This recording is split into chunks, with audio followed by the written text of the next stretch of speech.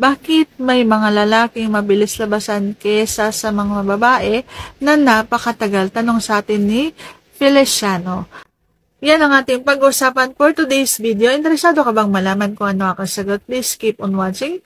Para bago yan, kung bago ka pa lang sa aking channel, please consider to like this video and subscribe my channel.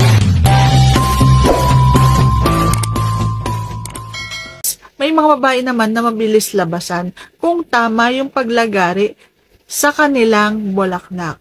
May mga babae po na kaya tumatagal dahil laging napuputol yung nararamdaman nilang sarap. Kumbaga, tinatrabaho sa kanilang bulaklak habang dinidilaan, papasukan na naman, so napuputol, nauudlot. Kaya mas tumatagal. Kaya kung ano yung ginagawa ninyo, patapusin nyo ang babae sa ginagawa nyo yun. Halimbawa, kinakain nyo sila, patapusin nyo sila na ginagawa nyo yung pagkain lamang. Huwag nyo munang papasukan. Okay? So kapag ka nandyan na, malapit na, lalabasan ng isang babae, palabasin mo yung kanyang gata.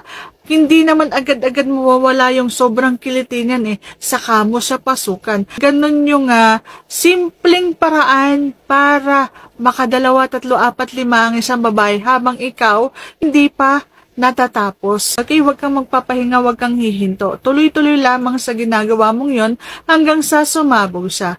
So, sana nasagot ko ng tamang yung tanong. And if you like this video, please consider to like this video and subscribe my channel. Thank you for watching. See you on my next vlog.